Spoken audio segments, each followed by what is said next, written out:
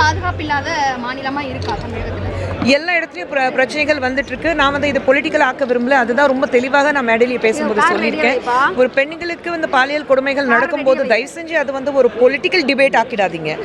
எந்த மாநிலத்தில் யார் ஆட்சியில எது நடந்தது, பெண்களுக்கு ஒரு பாலியல் கொடுமைனா அது எப்படி தடுக்க முடியும், அதுதான் பார்க்கணும். நிச்சயமாக இன்னைக்கு தமிழகத்தில் வந்து ஒவ்வொரு முறையும் நம்ம அதை பார்க்கும்போது பெண்களுக்கு எதிராக கொடுமைகள், அதுவும் பள்ளிக்கூடத்தில் 3 ஆசிரியர்கள் சேர்ந்து ஒரு பெண் குழந்தைக்கு பாலியல் தொல்லை, அண்ணா யூனிவர்சிட்டி இருந்தது. இப்போ ஒரு கர்ப்பிணி பெண் வந்து ட்ரெயின்லேருந்து கீழே தள்ளி விட்டாங்க. ஸோ அப்படியெல்லாம் இருக்கும்போது நம்ம மாநிலத்திலையும், நம்ம மாநிலம் நான் சொல்லும்போது, தமிழகம் நான் சொல்லும்போது ரொம்ப கஷ்டமாக இருக்குது. பெண்களுக்கு இந்த அளவுக்கு ஒரு பாதுகாப்பு இல்லாமல் ஒரு மாநிலம் ஆயிட்டு இருக்கா நம்ம தமிழகம் பார்க்கும்போது. நான் வந்து இது குற்றங்கள் சாட்டுறதை விட நான் வந்து மாண்புமிகு முதலமைச்சர் ஸ்டாலின் அவர்கள்கிட்ட இது தவிர்க்கிறதுக்காக நம்மளால் என்னென்ன ஒரு ஸ்டெப்ஸ் எடுக்க முடியும், என்ன படி எடுக்க முடியும், என்னென்ன வழிகள் பண்ண முடியும்.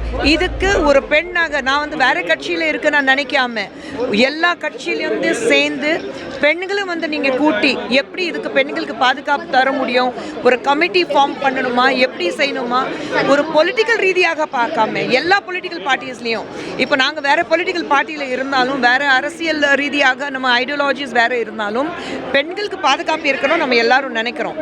அப்படி இருக்கும்போது எல்லா பொலிட்டிக்கல் பார்ட்டிஸ்லேருந்து பெண்கள் கூப்பிட்டு உட்கார வச்சுட்டு என்ன பண்ண முடியும், இதை எப்படி முற்றுப்புள்ளி வைக்க முடியும், என்ன கமிட்டி ஃபார்ம் பண்ண முடியும், அப்படி தான் பார்க்கணும்னா தவிர பெண்களுக்கு எதிரான கொடுமைகள் நிச்சயமாக அதை தடுக்கிறதுக்கு ஒரு வழி பார்க்கணும்.